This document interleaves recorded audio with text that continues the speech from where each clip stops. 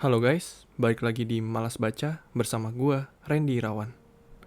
Di episode kali ini, gua akan menceritakan tentang kasus pembunuhan yang dimana korbannya adalah seorang gadis kecil bernama Stephanie Isaacson.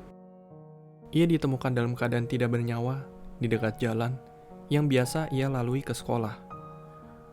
Kasus ini pun sempat mengalami kebuntuan, di mana polisi tidak mampu mengidentifikasi dan menemukan orang yang telah membunuh Stephanie. Dan barulah di tahun ini, sosok pembunuh dari Stephanie akhirnya bisa diketahui. Tapi sayangnya, pelaku tidak bisa ditangkap dan juga diadili. So, gimana kronologisnya dan kenapa pelakunya tidak bisa ditangkap? Akan gue ceritakan setelah yang satu ini.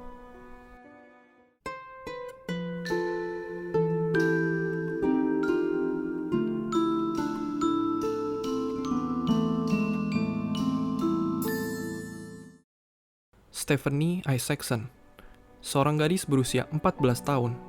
Ia adalah putri dari John Isaacson yang bekerja sebagai staf sersan di Pangkalan Angkatan Udara Nellis.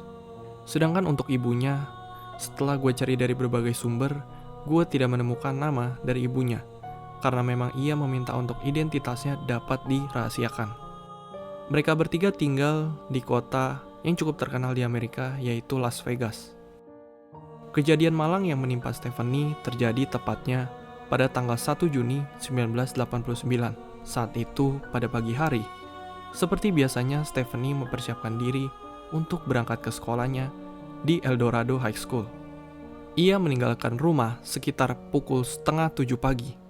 Dan salah satu kebiasaan Stephanie, setiap berangkat ke sekolah, ia selalu melalui jalan pintas yang memang cenderung sepi, dan sekitarnya itu hanya ada jalanan berpasir. Malangnya, itulah saat terakhir Stephanie terlihat.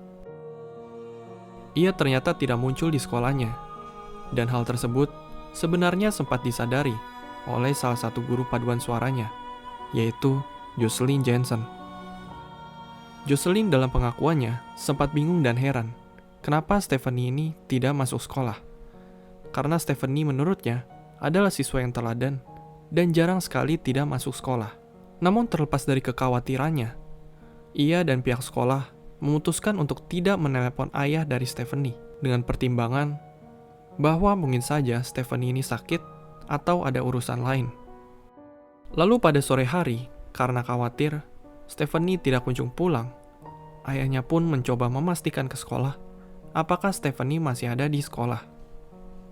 Namun pihak sekolah mengatakan bahwa hari ini Stephanie tidak masuk dan tidak terlihat berada di sekolah. Setelah itu, John langsung menghubungi polisi untuk melaporkan kehilangan anaknya. Ia pun bersama temannya langsung menuju ke tempat atau jalur yang biasa Stephanie lewati untuk menuju ke sekolah. Setelah melakukan pencarian, akhirnya John dan temannya menemukan tas yang berisi buku-buku milik Stephanie. Ia pun langsung menghubungi polisi kembali untuk segera membantu pencarian di wilayah tersebut. Kemudian polisi pun akhirnya bergerak, dibantu dengan anjing pelacak dan bahkan helikopter, untuk membantu menyisir wilayah tersebut dari ketinggian. Dan akhirnya polisi beserta anjing pelacak menemukan tubuh seorang gadis yang tidak lain dan tidak bukan, yaitu Stephanie Isaacson. Sayangnya Stephanie ditemukan sudah tidak bernyawa di bawah karpet oranye bekas yang berlokasi sekitar 25 meter dari lokasi ditemukannya tas. Keadaannya pun cukup mengenaskan, di mana rambutnya terlihat berantakan, kemejanya terangkat ke atas dan juga celananya terlihat ditarik ke bawah. Tidak hanya itu, yang paling sadis adalah terlihat payudara bagian kirinya telah dimutilasi. Jasad Stephanie pun kemudian diautopsi dan didapatkan hasil bahwa terdapat bekas cekikan di leher dan juga bekas pelecehan dan kekerasan seksual.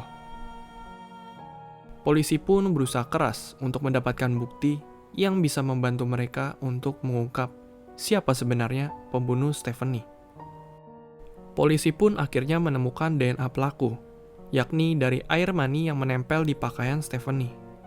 DNA tersebut kemudian segera diproses Tetapi sayangnya, jumlah DNA yang ditemukan sangat sedikit, di mana hanya terdapat 0,12 nanogram atau sekitar 15 sel manusia. Hal tersebut tentunya menjadi kendala, karena seperti yang kita ketahui, di tahun itu teknologi masih sangat terbatas, serta belum secanggih saat ini. Sehingga pada tahun tersebut, teknologi pengecekan DNA hanya bisa dilakukan pada sampel yang berisikan 750 hingga 1000 nanogram. Dengan keterbatasan tersebut, penyelidikan kasus ini menjadi terhambat. Kemudian pada tahun 1998, Laboratorium Departemen Forensik kembali melakukan uji coba dengan teknologi saat itu. Tapi nyatanya belum mampu mengidentifikasi dan menemukan siapa pelaku pembunuh Stephanie. Usaha demi usaha terus dilakukan, sampai pada tahun 2007, akhirnya profil DNA dapat ditemukan, dan akhirnya diunggah ke database FBI. Tetapi setelah itu, ternyata tidak ada kabar lanjutan, dan kasus pembunuhan Stephanie Isaacson pun menjadi kasus dingin. Berulah setelah 32 tahun berselang, tepatnya pada September 2020, Laboratorium Outram di Texas menawarkan bantuannya untuk mencoba mengidentifikasi DNA pelaku pembunuhan Stephanie. Pada Januari 2021, polisi pun akhirnya mengirimkan DNA tersisa dari pelaku. Kali ini metode yang digunakan sudah jauh lebih modern dan canggih, di mana mereka menggunakan sistem genetik genealogi testing. Akhirnya pada Juli 2021, kepolisian Las Vegas mengumumkan bahwa identitas pelaku pembunuhan Stephanie berhasil ditemukan. Pelakunya bernama Darren Roy Marchant. Ia tercatat memiliki track record kriminal, di mana pada tahun 1986, 3 tahun sebelum kejadian pembunuhan Stephanie, ia sempat ditangkap dengan tuduhan membunuh seorang wanita bernama Nanette Vanderburg. Tapi sayangnya saat itu ia dibebaskan, karena polisi pada saat itu tidak memiliki bukti yang cukup untuk menjerat Marchant. Dengan terungkapnya identitas Marchant sebagai pelaku pembunuhan, polisi kembali mencoba mengidentifikasi dan menyocokkan DNA dari Marchant dengan DNA yang tersisa dari kasus pembunuhan Vanderburg.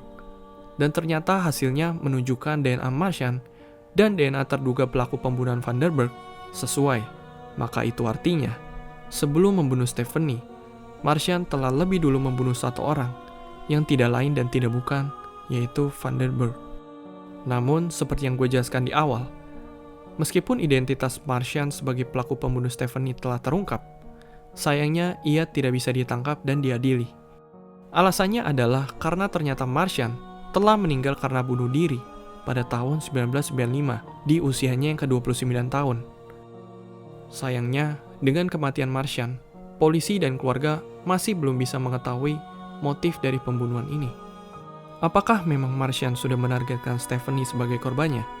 Ataukah memang Marchant menargetkan korbannya secara acak? Dan kebetulan Stephanie lah yang menjadi korbannya saat itu. So itulah dia kasus pembunuhan Stephanie Isaacson yang baru terungkap setelah 32 tahun. Dan sayangnya pelakunya tidak bisa diadili karena sudah meninggal.